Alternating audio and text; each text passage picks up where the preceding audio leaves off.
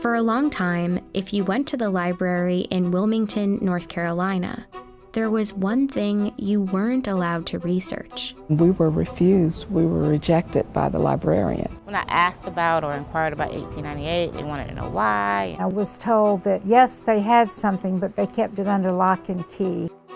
The story of Wilmington in 1898 still isn't widely known.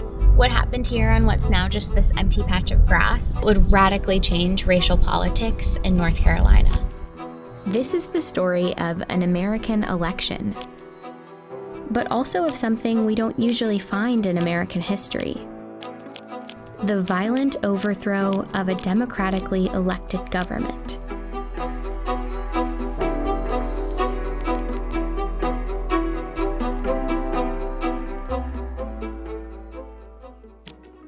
In the late 1800s, Wilmington, North Carolina was the state's largest city. It had a majority Black population, and historians today describe it as a rarity in the post-Civil War American South. Wilmington, prior to November 1898, was what the New South could be at the cusp of the 20th century. There was an unusual degree of Black prosperity. In Wilmington, there were successful Black entrepreneurs, doctors, teachers, but also Black elected officials. And for a time, that was true throughout the state. Take a look at the politicians on this poster of the 1889 North Carolina House of Representatives. Here at the bottom are Black Republican representatives, some from Wilmington. North Carolina also sent 4 Black Republicans to the U.S. Congress between 1875 and 1899. The Democratic and Republican parties of 1898 in many ways occupied opposite parts of the political spectrum than they do today. Most African Americans were voting for the Republican Party, and the Democratic Party was white voters almost exclusively. White supremacy was the central focus of the platform for the Democratic Party.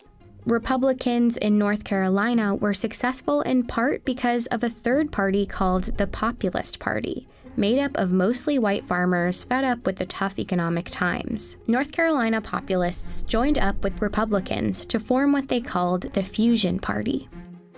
And in the elections of 1894 and 1896, the Fusion Party defeated the Democrats in sweeping victories statewide. That meant North Carolina now had a government that shared power between Black and white politicians, including a newly elected Republican governor. Together, they moved towards reforms that would favor Black Americans and working-class whites. This was something that the Democratic Party folks were simply not going to accept. A multiracial government wasn't just a disappointment for Democrats. It was more like a humiliation. They needed a plan to take back control of the state in the next election. So party leaders like Furnifold Simmons, future U.S. Senator, Charles Aycock, future North Carolina governor, and this man, Alfred Moore Waddell, came up with one: to beat the Fusion Party by luring white populist voters away from their alliance with Black voters. Wilmington, with a large Black population and a local fusion government in power, would be a focus of their campaign. The State Democratic Party Handbook for 1898 laid out their goal: consolidate the white vote by stoking white anger and resentment. It said, "This is a white man's country, and white men must control and govern it." Their most effective tool was the media. One of North Carolina's biggest newspapers was a Democratic Party mouthpiece. It ran racist political cartoons throughout 1898. Not everybody was literate in 1898, but to see a political cartoon of the type that ran, you may not be able to read it, but you know exactly what it means. Many of the cartoons were centered on the threat of Negro rule, even though the fusion government was mostly white. They also played up another fear. Black men threatening white women became a theme. White men need to do all that they can to protect white womanhood. This was all part of North Carolina Democratic strategy, but it echoed the national racist rhetoric of the time.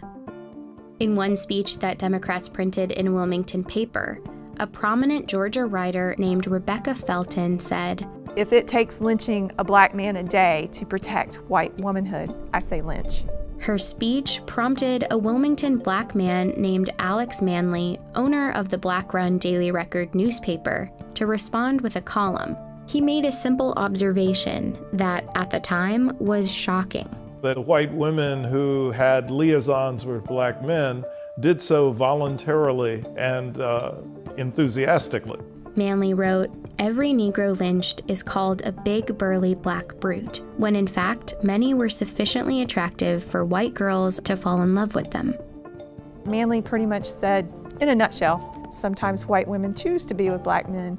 Manley's editorial became another tool for Democrats. Newspapers reprinted it, called it a horrid slander, and ran comments about it on a daily basis. It was just a few months before the election, and white voters were angry. By the time the election rolls around on November 8th, black voters, Republican voters, had been thoroughly intimidated here. By all accounts, the elections of 1898 were a sham. The Democratic Party had a paramilitary group called the Red Shirts. They attacked and blocked black residents from voting. At a rally just before the election, Alfred Moore Waddell provoked the crowds. He said, "Negro office holding ought at once and forever be brought to an end, even if we have to choke the current of the Cape Fear River with carcasses." The votes were counted, and the Democrats won. Democratic candidates won every seat they had a candidate up for election in. But some local fusionist politicians remained in power because their seats hadn't been up for re-election, like the white Republican mayor and the Board of Aldermen. And of course, the election did nothing to undo the economic power black folks held in the city. The Democrats had won the election, but their goal of total white supremacist control remained out of reach. And so they engineered what was essentially a coup d'etat. The day after the election, at a gathering for white men in Wilmington, the Democrats unveiled a document called the White Declaration of Independence. It contained an ultimatum. Cynthia Brown, whose descendants were in Wilmington back in 1898, is a historian at her church where there's a preserved copy of the declaration from the next day's newspaper. "We will no longer be ruled and will never again be ruled by men of African origin." They would strip black men of voting rights. They would give white men a large part of the employment heretofore given to black men. And as for Alex Manley, "We demand that he leave this city forever within 24 hours. The next morning, hundreds of white men marched to the offices of the Daily Record. Manley was gone. He had fled to save his own life. They set the Daily Record building on fire. This is where it once stood. Once the white leadership destroyed Alex Manley's printing press, they destroyed one way in which the African American community in Wilmington could organize itself and keep itself informed. At City Hall, the mayor and Board of Aldermen were forced out. There's 200 armed men in City Hall at the time. They didn't do it of their own free will. And as they resigned, a new member selected by the Democratic Party was voted into office. Waddell, who once threatened to fill the Cape Fear River with black bodies, was the new mayor of Wilmington.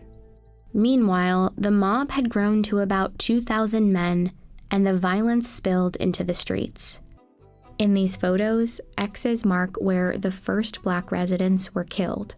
The stories are that they were dumped into the river, and there are varying stories about how many people were killed. I see 40 to 60 clearly as fatalities as a result of the violence, but I think it was higher. Many black residents hid for days in the swamps and the wooded cemeteries in the city, including Cynthia's great-grandmother. And thousands of other residents fled Wilmington, never to return. Shortly afterward, Democrats printed booklets celebrating a glorious victory, and in the newspapers depicted black residents as the instigators. This image is a gross misrepresentation of what actually happened during 1898. You know, what you see is African American men with guns, not white men with machine guns. The city never regained its black majority population. Jim Crow laws like literacy tests and poll taxes that prevented black people from voting were immediately enacted, and Wilmington's spirit of black opportunity was crushed. Black political representation in the state was over. It would be 90 years until North Carolina elected its next black Congress member. Wilmington did a really great job of covering up a very dark past for a very long time. Over the years, the textbooks on North Carolina's history have struggled to accurately describe what happened in 1898. This one from 1933 says the situation was unfortunate for both races. And this one from 1978 doesn't have that much more detail. But they both praise Charles Aycock, a politician who helped perpetrate the riot. They say he had a keen mind and a kind heart, and that, in fact, he was one of the best friends that the colored people had in the state. It's a legacy that North Carolina has yet to fully undo. The names of the perpetrators are on Wilmington's school buildings and city parks. But the legacy is also bigger than those names. Turn on the news, and the state's long history of political suppression echoes. We turn to a strict new voter ID law in North Carolina. Racial gerrymandering and a push for new voting maps. The court says the Republican-led legislature redrew congressional districts along racial lines, violating the Constitution. There's a tremendous amount of intimidation that is still felt by the black community. It doesn't have to be mass mayhem and violence in the streets. The strategy shifts towards designing state laws in such a way that you could exclude blacks from voter participation. The subliminal pursuit of continuing the white Declaration of Independence. And if you don't see it for what it really is, it can happen all over again.